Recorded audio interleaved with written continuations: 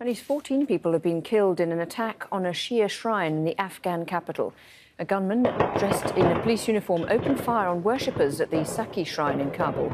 Dozens of people are injured. Witnesses reported an explosion followed by gunfire. Well, earlier, Taliban fighters took control of the Gormak district in Fariba province. The security forces retreated after heavy gun battles. In a statement, the Taliban said it killed several soldiers and seized weapons. Let's get more on all of this from Al Jazeera's Kais Hazimi, who's live for us in Kabul. Just initially, tell us more about that incident in Kabul itself.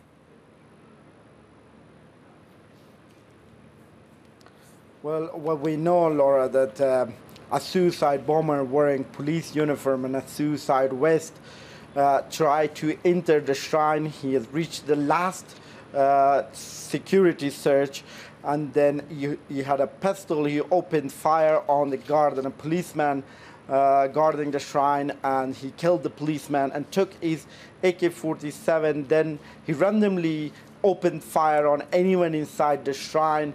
As you said, 14 people killed, more than 30 other injured in that attack. But it is not the first attack on Shia community here in Kabul. In 2011, Shia, the 10th of Muharram, the Shia gathering was attacked by a suicide bomber, which killed 70 people. And just over less than 3 months ago, on July 23rd this year, a Shia demonstration rally was targeted by two suicide bombers, which killed 97 people on that attack.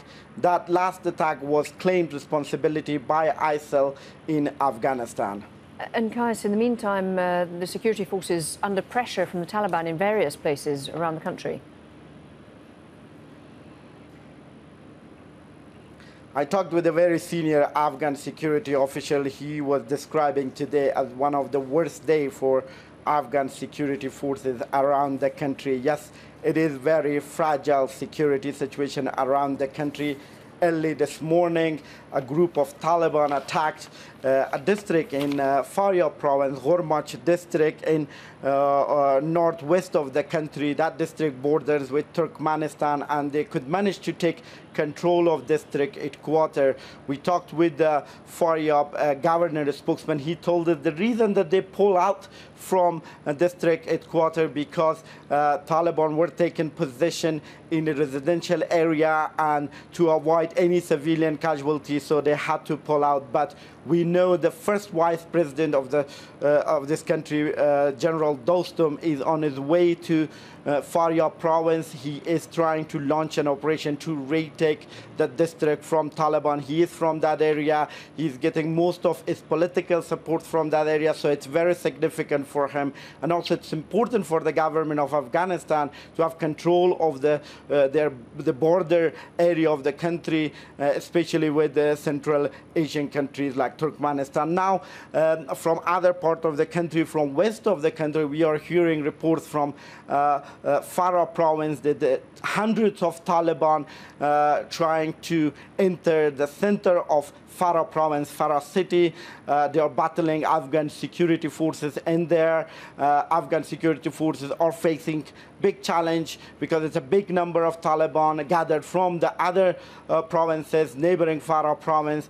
And also in Helmand, there are currently a heavy fighting near Lashkargah, the capital of that province. Now that's the 9th day since Taliban took control of Kunduz province, in center of Kunduz province in northern Afghanistan. Still, Afghan security forces are having hard time to clear that city center, the capital of the Kunduz province, from Taliban. Thousands of people were displaced from Kunduz city to the neighboring provinces, and they are living under very harsh situation. It's getting cold slowly here.